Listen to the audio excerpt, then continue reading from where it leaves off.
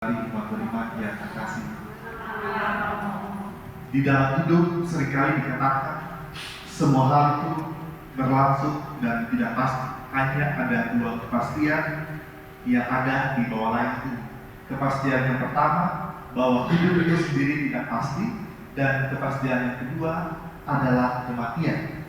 Dalam nada yang kurang lebih sama ribuan tahun yang lalu, seorang filsuf Yunani klasik yang bernama Plato mengatakan demikian, bahwa di dalam hidup tidak ada yang abadi selain ide, selain gagasan, atau selain metafisik. Kenapa? Misalnya bangku itu tidak abadi, tetapi eksistensi ide tentang bangku itu abadi bertahan ribuan tahun yang lalu.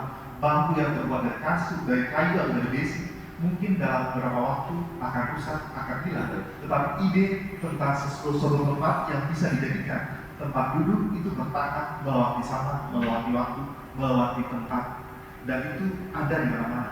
Demikian ide Plato tentang kehidupan yang mengatakan bahwa keabadian itu hanyalah hal-hal yang bersifat ide, sedangkan hal-hal yang bersifat fisik seringkali hanya sifatnya sementara. Saudara dan saudara yang terkasih, dalam nada yang senada, Rasul Paulus dalam bacaan pertama mau mengatakan hal yang sama kepada kita, tetapi dengan semangat Kristiani yang jauh lebih positif. Kenapa? Karena kendati Rasul Paulus tahu bahwa hidup manusia hanya bersifat sementara, tetapi dengan iman ia percaya akan keabadian dan kebahagiaan hidup setelah hidup yang singkat di muka bumi itu berakhir. Karena itu, dalam bacaan yang terdengarkan pada malam ini, Rasul Paulus menggunakan analogi kemah dan rumah untuk menggambarkan kehidupan manusia saat ini dan kehidupan manusia di akhir zaman yang akan datang kelak. Kita diingatkan bahwa kita sebagai manusia adalah peziarah yang hanya numpang berkemah sebentar di dunia ini. Karena itu, sebagai seorang peziarah dan hidupnya di kemah yang sementara, seringkali dan sudah pasti hidup kita hanya singkat, terkadang penuh penderitaan, sebagaimana layaknya orang yang sedang berkemah. Kita semua tahu yang namanya kemah itu tidak ada fasilitas yang lengkap, jarang-jarang ada AC di kemah, lampu juga jarang-jarang, biasanya senter dan lain sebagainya. Demikian Rasul Paulus menggambarkan kehidupan kita di dunia seperti orang yang sedang berkemah. Sedangkan kehidupan kelak di surga lebih seperti orang yang sedang tinggal di rumahnya yang abadi, yang tetap, yang tidak berpindah-pindah, dan biasanya jauh lebih membahagiakan. Saudara dan saudari yang terkasih, menjadi hak sekaligus misteri bagi Tuhan tentang waktu dan masa perkemahan setiap kita. Ada orang yang singkat sekali masa kemahnya, masih happy sudah dipanggil Tuhan. Ada yang masih mau berkemah karena belum menyusuri lorong-lorong kehidupan bersama dengan keluarga dan orang-orang terkasih, ternyata sudah dipanggil pulang oleh Tuhan. Tetapi ada juga yang sudah bosan dan capek menderita tinggal di bawah kemah, namun tak kunjung dipanggil oleh Tuhan. Inilah misteri kehidupan yang hanya Tuhanlah yang tahu. Saudara dan saudari yang terkasih, sebagai orang beriman kita diajak untuk melihat kematian tidak hanya sebatas pada cara pandang jasmani, fisik, atau duniawi belaka. Dalam kisah-kisah Injil, pewartaan Yesus seringkali tidak bisa diterima oleh orang-orang sesamanya, oleh para ahli Taurat, orang Farisi, bahkan terkadang oleh para muridnya sendiri. Karena apa? Karena cara pandang mereka tentang Yesus, tentang kerajaan Allah yang masih sangat duniawi, yang masih sangat berupa fisik. Mereka tidak bisa menerima hal-hal seperti misalnya Mesias harus mati. Mereka tidak bisa menerima kalau misalnya kejahatan haruslah dibalas dengan kasih dan pengampunan.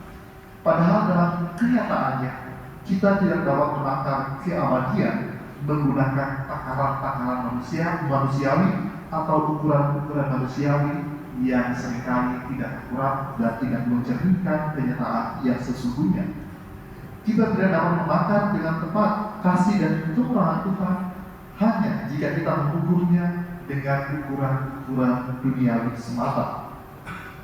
tadi yang kita dengarkan pada hari ini hendak meneguhkan kita yang berduka dengan mengajak kita untuk melangkah lebih jauh hanya dari sekedar ukuran dan takaran fisik manusiawi semata menuju ukuran dan takaran sebagaimana dipakai oleh Tuhan sendiri.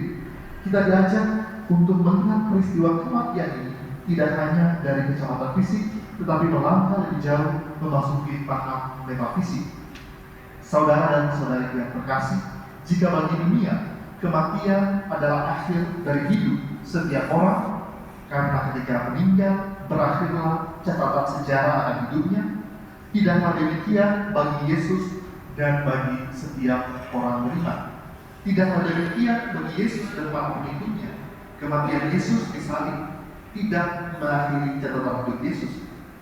Sebaliknya, kematian Yesus adalah titik awal menuju kebangkitan yang membuka lembaran baru yang lebih luas tentang kehidupan Yesus di dalam sejarah. Dan dalam bacaan yang kita dengarkan, terutama bacaan Injil pada hari ini, Yesus menjanjikan hal yang sama kepada setiap orang yang percaya kepadanya. Dan dalam bacaan Injil Yohanes mencatat demikian, supaya dari semua yang diberikan Bapa kepadaku tidak ada satupun yang hilang, tetapi supaya aku membangkitkan mereka pada akhir zaman. Yesus menegaskan kepada kita bahwa kematian adalah awal dari perjalanan setiap orang Kristen untuk menikmati kehidupan kekal. Karena itu, sejak mula-mula kanon pertama dalam privasi Aron berbunyi demikian, sebab bagi orang yang mengimani Engkau yang Tuhan, hidup tidaklah didengarkan, tetapi hanya diubah.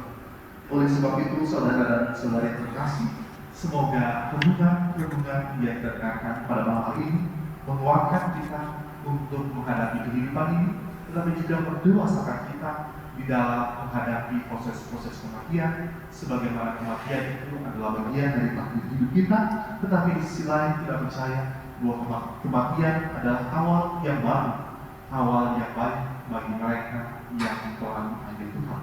Oleh sebab itu, saudara yang terkasih, kita berdoa semoga almarhumah Ibu Maria Tanti yang telah dipanggil Tuhan memperoleh keselamatan sebagaimana yang diperjuangkan di sepanjang hidupnya, dan semoga ia juga dapat menjadi berdoa dan penyalur berkat Tuhan bagi kita, bagi keluarga yang sedang bersiaran di dunia ini. Tuhan memberkati kita sekalian.